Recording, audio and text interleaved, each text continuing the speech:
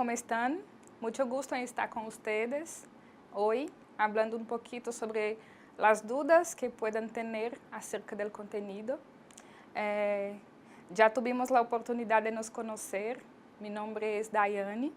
Yo soy la profesora formadora de ese curso, Español Básico. Espero que ustedes estén gustando y aprendiendo, ¿no?, la maravillosa cultura de los países hispánicos. Yo hice un resumen de los principales temas trabajados en las clases 1, 2 y 3 y voy a hablar con ustedes un poquito sobre esos contenidos. ¿Sí? Vamos a la presentación. Entonces vamos a tratar de los principales temas de las clases 1, 2 y 3. Voy a hablar en portugués para que no queden dudas sobre los temas e los contenidos. Na classe 1, tivemos a oportunidade de conhecer as formas de saludos e despedidas e aprender como empleá-las em seus contextos comunicativos. Também aprendemos a utilizar os pronombres personales empleando-los de maneira formal e informal. Reconhecemos, né, os sonidos do alfabeto espanhol, identificando suas particularidades. E aprendemos também a apresentar-se empleando os verbos ser, estar, vivir e chamar-se.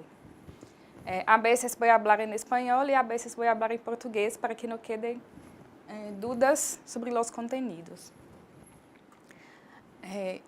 A primeira coisa relacionada à classe 1 que a mim me gostaria tratar é a classe intitulada Mochileros em Línea, é sobre o abecedário espanhol.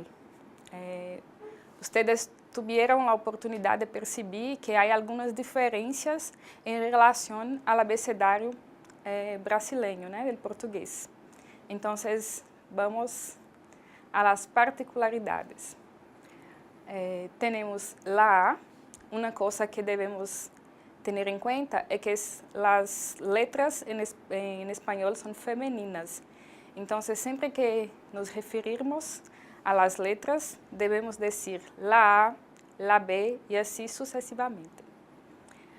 Então, temos la A, la B, la C. Há uma diferença em la che, que é como se fosse nosso CH, né, do português. Em espanhol, a gente tem uma sílaba che, né, que faz essa função do CH, no nosso caso, do português. Temos la D, la E, la F, la R, la H, la I, la J.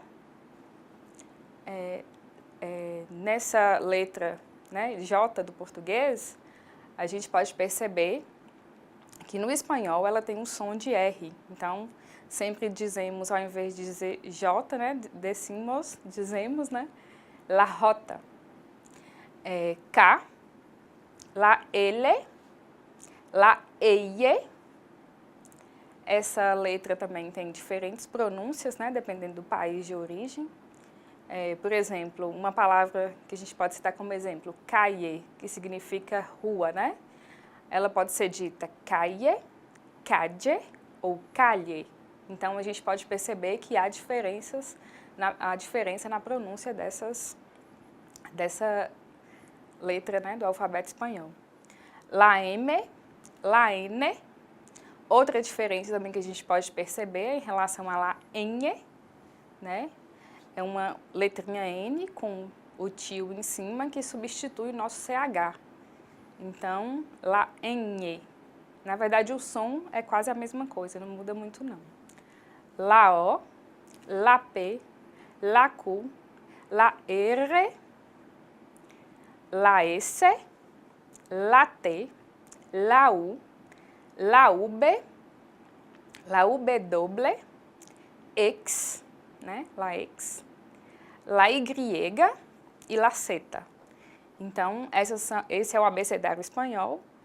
o que a gente pode marcar de mais, de particularidade da língua, né, do idioma, mais marcado, de diferente em relação ao português, é la che, né, que é esse CH junto, la ñ, que é o Nzinho com o tio sobre o N. Então, são particularidades da língua espanhola.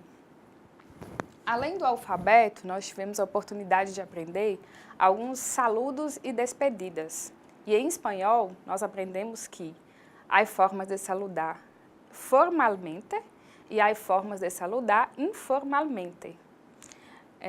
Os saludos neutros, né, que a gente chama de neutro, são parecidos, né, aos do português. Então, de manhã até antes de meio-dia, a gente usa buenos dias, né? Depois de meio-dia até a tarde, até o final da tarde, a gente costuma usar buenas tardes. E à noite, a gente usa buenas noches. Então, essas são as formas de saludar, e esse saludo a gente chama de neutro, né? Além dos saludos neutros, a gente tem as formas formais e informais de cumprimentar. Formal, a gente pergunta da seguinte forma: como está usted?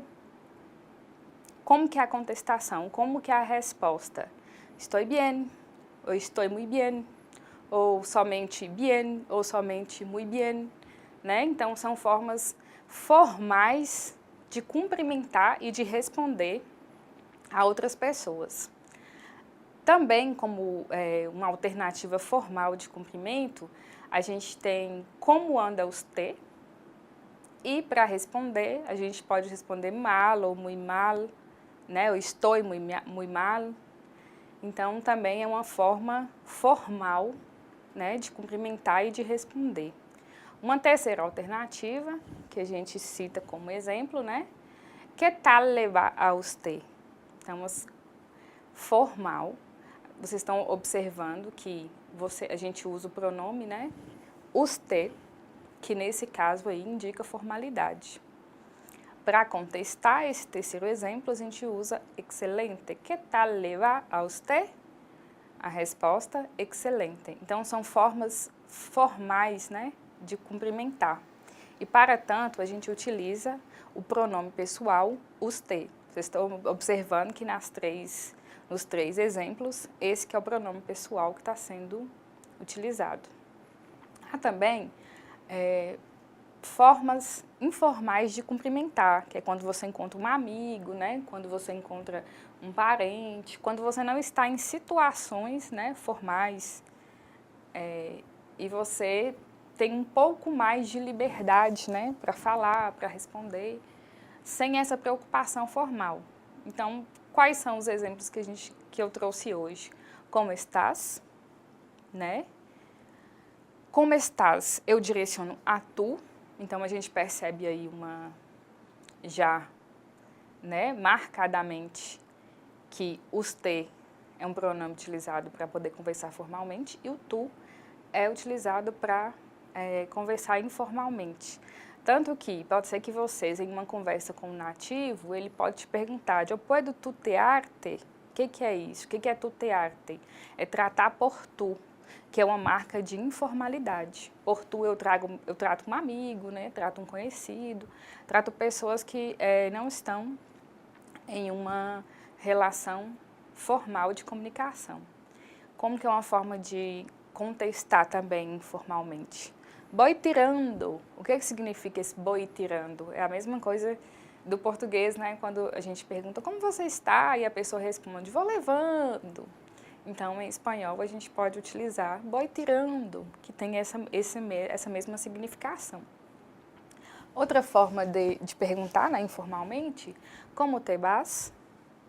E eu posso, né, responder, estou fatal, né, que eu não estou bem.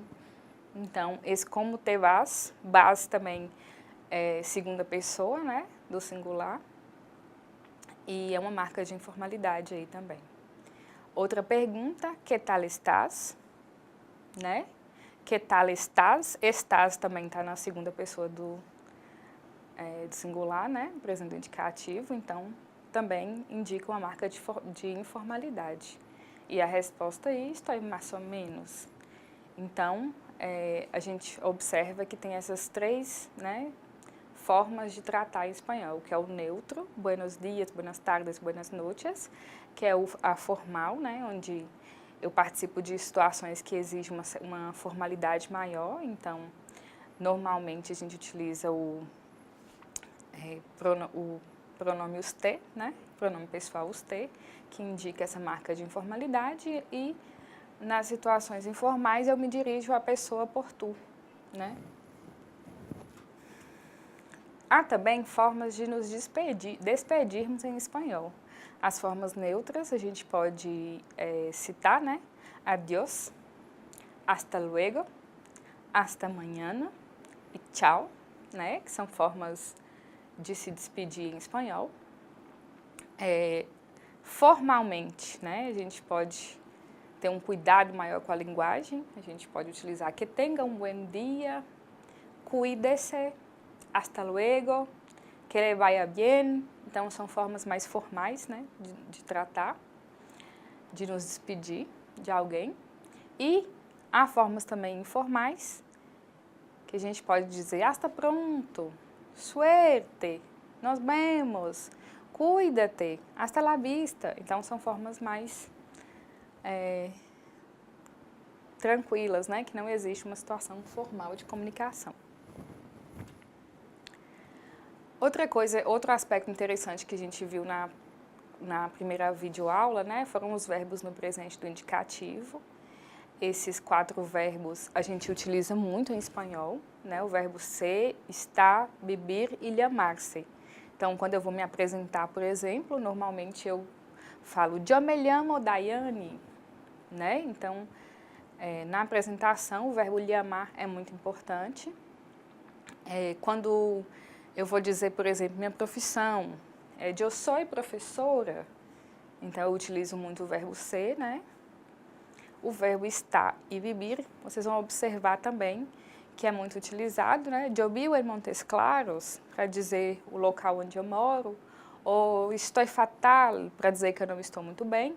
Então, são verbos que estão no presente do indicativo, né? Ser, estar, viver e llamar-se, que foram tratados nessa aula e que são importantes, né, nesse primeiro momento em que a gente está aprendendo como se apresentar, em que a gente está aprendendo como dizer minha profissão, em dizer como eu estou, em dizer onde eu vivo. Então, são importantes e foram tratados também nessa primeira aula.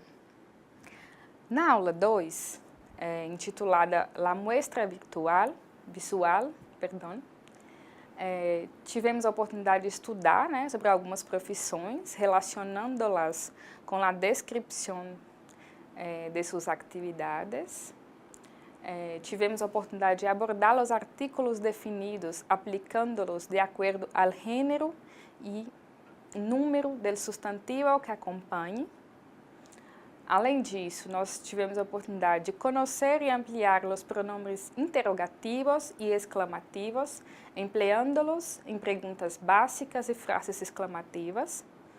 E também tivemos a oportunidade de conhecer a grafia e a pronunciação dos números cardinais de 0 a 10, se não me engano, escuchando-los e escrevendo-los em letras, e expressar possessão com o verbo tener, conjugando-lo em presente de indicativo. Então, esses foram os objetivos, né, da aula 2, da videoaula 2. Lembrando que a videoaula foi gravada pelo professor Tiago, né, uma videoaula bem interessante, bastante esclarecedora, que tratam basicamente desses 4 pontos apontados. Uma coisa que eu acho interessante da gente tratar, lembrando que aqui é basicamente um resumo, né, do que foi tratado. É importante que vocês assistam a videoaula, é importante que vocês leiam o caderno didático, né? Lembrando que as avaliações, avaliação online, avaliação presencial e outras, vai abordar o conteúdo, né, do caderno didático, além da aula. Então, vocês não podem deixar de ler e de estudar pelo caderno didático. Essa classe 2, né, a videoaula 2, ela é intitulada La Muestra Visual e ela trata das profissões, né, que é interessante para a gente se situar, né, como que eu falo, né, como que é o vocabulário, o léxico relacionado à minha profissão em espanhol, né, e aí a gente aprendeu que há 3 formas básicas, né, de perguntar qual a profissão de uma pessoa. A primeira forma é ¿qué haces?, né? Tem uma resposta ali, sou estudante de matemáticas em la universidade.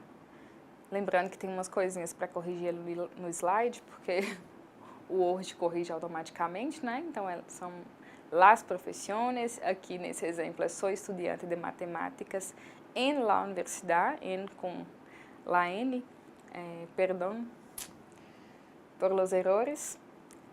Mas o Word corrige automaticamente, algumas coisas a gente não vê e passa.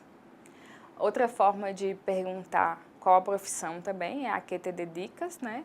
Me dedico a las artes, sou pintor. Então, e a terceira forma é qual es tu profesión? Sou músico, la guitarra me encanta. Então, basicamente, existem essas 3 formas de perguntar a profissão. ¿Qué haces? A que te dedicas? Qual es tu profesión?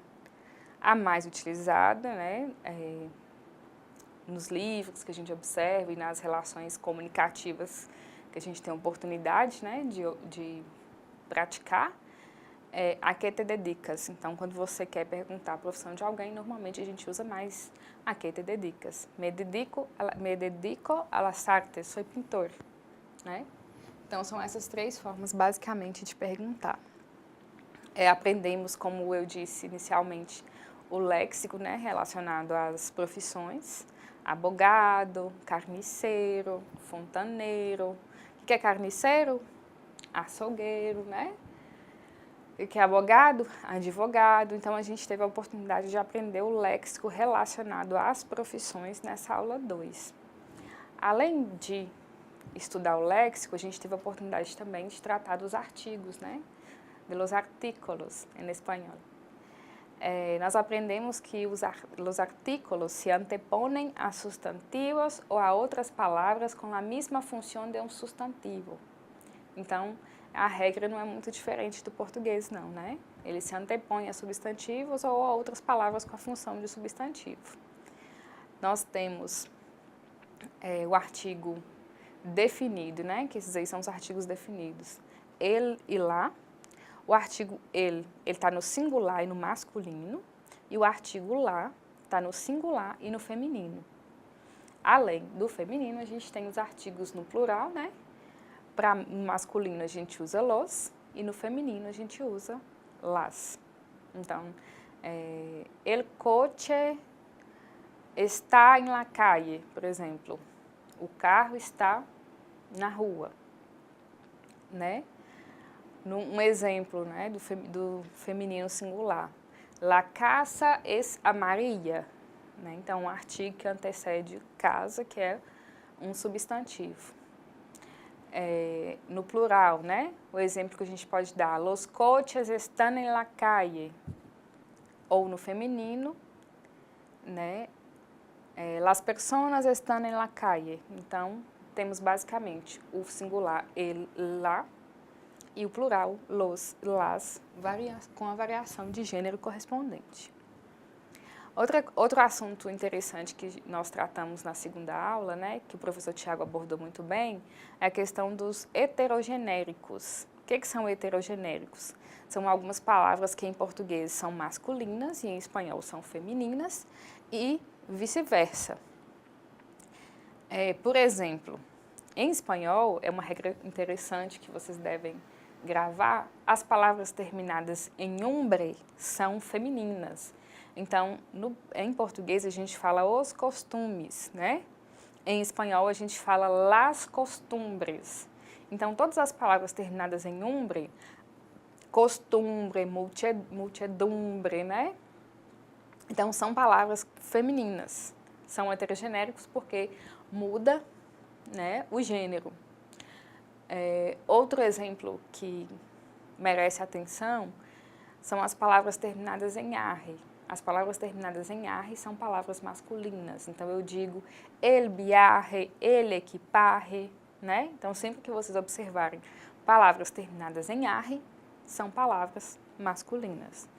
E como a gente pode observar, em português não é assim, né? A gente fala a viagem e não el viaje, como em espanhol. Então, são palavras heterogenéricas. Lembrando que no caderno didático também há outros exemplos relacionados a esses heterogenéricos. Outra coisa interessante que a gente precisa pontuar, que foi tratado na aula 2, é a questão dos signos de pontuação, os sinais de pontuação. Uma coisa bastante marcada e que é diferente do português é a questão dos pontos de interrogação e de exclamação, eles virem no início e no final da frase. Então, sempre que a gente for perguntar alguma coisa em espanhol, vai ter uma interrogação no final, mas também tem uma interrogação no início, e ela é, né, o contrário, é como se fosse de cabeça para baixo. Então, sempre vai ter o ponto depois e o ponto no início, o que é até legal, né, porque a gente já sabe que é uma pergunta desde o início. Então, olha o exemplo, Rita, esse exemplo foi retirado do caderno didático, né? Listo para irnos rumbo a lo desconocido? Marcelo responde, a ver, esta charla es solo para hispanohablantes? No, ¿verdad? Recuerden que van a pasar el día aquí conmigo, ¿eh? Pero hay un detalle. Resulta que tengo un compromiso para esta noche. Lo siento, amigos, no pude cancelarlo. E por isso é pensado que venham comigo. Então, a gente tem que observar, né? Os sinais de pontuação vêm no início da frase e vêm no final. É sempre assim em espanhol. Da mesma forma, né? Os interrogativos. Olha os pronomes interrogativos. Quais são os melhores países para conhecer em Latinoamérica? Por quê? Exemplo 2. Como hago para visitar de Uruguai a Argentina? Exemplo 3. ¿Qué información crees que sea necesaria saber para evitar problemas en la frontera? Y 4. ¿Quiénes tienen interés en hacer un viaje a 7 países en el mes de enero? Então, nessas frases a gente pode observar, né, os principais pronomes interrogativos do espanhol, quais, como, que e quiénes. E aí a gente também observa essa questão da pontuação no início e no final da pergunta. Os pronomes interrogativos, né? E tem também os pronomes exclamativos. No, ustedes van a divertirse mucho. Solo espero que estén listos para ver un poco de arte. Que despacio escribes en la computadora. Que feio. Então, são os pronomes exclamativos, né? O ponto de exclamação, me desculpa. Que também há exemplo do interrogativo, que vem no início e no final da frase, ou da expressão, né? Ou no caso ali, no, que não é uma frase, mas é uma expressão. Então, esses foram os principais aspectos tratados na aula 2, que eu gostaria de pontuar. Pode ser que vocês tenham dúvidas em aspectos que eu não estou tratando aqui hoje, mas como que vocês podem tirar essas dúvidas? Por meio do ambiente virtual de aprendizagem. Vocês podem observar que em cada videoaula, em cada semana, tem um fórum de discussão para tratar das dúvidas relacionadas às aulas. O curso está organizado, né, 3 videoaulas por semana, e tem um fórum para tratar das dúvidas relacionadas a essas 3 videoaulas. Então, se vocês tiverem qualquer dúvida em relação ao conteúdo, né, em relação ao léxico, em relação à gramática, em relação à forma de expressão, né, ou oralidade, ou qualquer aspecto que vocês tenham dúvida, vocês têm que postar nesse fórum específico da semana, que eu ou os tutores vamos auxiliá-los, né, para que não restem dúvidas. Então, hoje eu estou pontuando apenas algumas coisas, né, que eu acho que são interessantes e que são marcadamente diferentes do nosso idioma, mas lembrando que pode ter outras dúvidas, né, até mesmo nos exemplos disponíveis no caderno didático. Então, vocês têm a oportunidade de tirar essas dúvidas no ambiente virtual por meio desse fórum de discussão. Tudo bem? Então, vamos lá. Na videoaula 3, né, intitulada Primer Destino Punta del Este, lembrando, gente, que o curso é organizado de forma bem interessante, ele trata de uma viagem, né, feita por Rita e Daniel para os países da América Latina, né? Imagina que interessante se a gente tiver a oportunidade de fazer essa viagem, né, de conhecer todos esses países. Então, cada aula, eles estão em um país diferente, então a gente tem a oportunidade de conhecer a cultura desses países, né, em meio a todos os assuntos relacionados ao vocabulário e gramática da língua espanhola. Na aula 3, na videoaula 3, Primer Destino Punta del Este, nós tivemos a oportunidade de expressar o origen e a nacionalidade de alguém usando os verbos ser e estar, conhecer os artículos indeterminados e contrastá-los com os determinados, poniendo atenção na regra de eufonia. Nós tivemos a oportunidade de conhecer os substantivos, aplicando-los adequadamente segundo seu gênero e número. Conhecemos os adjetivos que descrevem características, aplicando-los a situações, né, cotidianas. Tivemos a oportunidade de conhecer as regras de pluralização de palavras, aplicando-las conforme as situações necessárias. E tivemos a oportunidade de conhecer os numerales ordinales, até o 30, né, identificando sua sequência e relacionando-los com os números cardinais. Então, esses foram os principais objetivos da videoaula 3.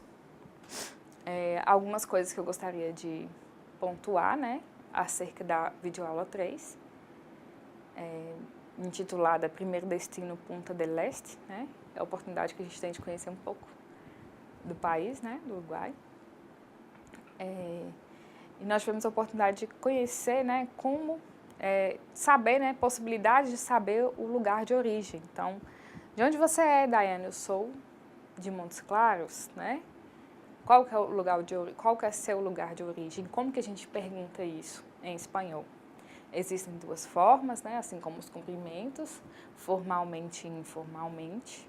Informalmente a gente usa os pronomes tu e vos, e formalmente a gente usa os te. Então, informalmente a gente pode perguntar a origem da pessoa de duas formas, usando tu. De donde eres? Ou eres extranjero? Então, são formas informais, né, utilizando o pronome de tratamento tu para perguntar a origem. E vos, de donde sos? E sos extranjero? Então, também são formas, informalidade, né, mas utilizando o pronome pessoal, vos. Então, são informais essas duas utilizações. E tem também um jeito formal, né, de perguntar a nacionalidade, né, a origem, que é utilizando o pronome de tratamento usted, né? De donde es usted? Es usted extranjero? Então, são jeitos, né, formais de perguntar a origem da pessoa. Outro aspecto interessante dessa videoaula 3 diz respeito aos substantivos, né? Os substantivos, assim como no português, isso é similar. Eles podem ser considerados como términos que designam seres, objetos, sentimentos e entidades concretas ou abstractas, né? Aí a gente tem singular, né, a variação de gênero e de número, de gênero masculino e feminino e de número singular e plural. Aí tem alguns exemplos. Masculino e singular, el extranjero. Feminino e singular, la extranjera. Masculino e plural, los extranjeros. Masculino e plural, né? Perdão. Feminino e plural, las extranjeras. Então, a gente vê que tem uma variação de gênero e de número, é similar, né, ao português nesse aspecto. Tem também os substantivos que a gente chama de substantivos homônimos. O que são substantivos homônimos? Algunos sustantivos se escriben de la misma forma en masculino y femenino, lo que va a identificarlos quanto al género es el artículo. Então, o que são substantivos homônimos? São substantivos em que a palavra não muda, o que vai definir o gênero, se é feminino ou masculino, é a utilização do artigo. No caso, el recepcionista, la recepcionista, el estudiante, la estudiante. A palavra, né, o substantivo não muda. Estudante, né, estudiante, recepcionista, mas o que muda é o artigo. El recepcionista, la recepcionista, el estudiante, la estudiante. Outro aspecto interessante, né, em relação aos substantivos, tratado na videoaula 3, diz respeito à pluralização das palavras, né? As palavras que terminam em vogal se acrescenta lá S, no caso isla, islas. Então, a pluralização de isla é feita apenas com o acréscimo de S, considerando que a palavra isla termina com a vogal A. Então, isla, islas. Um segundo aspecto interessante diz respeito ao fato de que quando terminam em consoante, se acrescenta ES. Professor, professores, né? Então, terminou na consoante R, a gente acrescenta o ES ao final. Quando se acabam em zeta, né, se cambia la zeta por C.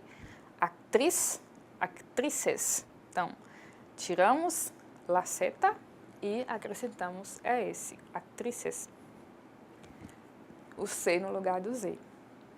Outro aspecto interessante em relação à pluralização das palavras diz respeito a alguns substantivos que são iguais no singular e no plural, né? El paraguas e los paraguas. Então, é a mesma palavra, né? Tem o S, mas esse S, nesse caso, não designa plural, né? O que vai determinar é o artigo. El paraguas, los paraguas. Um aspecto interessante em relação aos numerales cardinales, que eu gostaria de tocar no assunto, diz respeito ao fato de que os ordinales primeiro e terceiro, delante de um substantivo masculino, sofrem pérdida de la O. Exemplo, es mi primer dia em Punta Cana. Então, eu não falo que é meu primeiro dia em Punta Cana. Eu falo que esse é meu primeiro dia, porque dia é masculino, substantivo masculino, né? Então perde a O. Então esse é um aspecto diferente, né? Que merece destaque em relação aos numerais cardinais. Bem, os aspectos que eu pontuei, que eu achei que pudesse render alguma dúvida, são esses. Em relação à videoaula 1, à videoaula 2 e à videoaula 3. Mas como eu disse anteriormente, e volto a reforçar, pode ser que vocês tenham outras dúvidas, é normal que tenha outras dúvidas. Então, quem tiver dúvida, vamos postar essas dúvidas nos fóruns de discussão, por meio dos quais eu e as tutoras teremos a oportunidade de tirar as dúvidas de vocês acerca dos conteúdos tratados nas videoaulas. Bueno, tuvimos a oportunidade de falar de alguns aspectos relacionados a las clases 1, 2, 3. Eu pontuei alguns hechos, alguns aspectos que pensei que pudieran resultar em dúvidas para vocês, pero como dije, tienen la libertad de utilizar la plataforma virtual para poner sus dudas, para que yo y las tutoras virtuales possamos ayudarles en ese sentido para que no queden dudas. Entonces, por hoy es solo. Un abrazo a todos. Espero que ustedes estén gostando del curso y que sea bastante provechoso, ¿no? Para las relaciones personales, profesionales, en la vida de cada uno de ustedes. Un abrazo, hasta la próxima.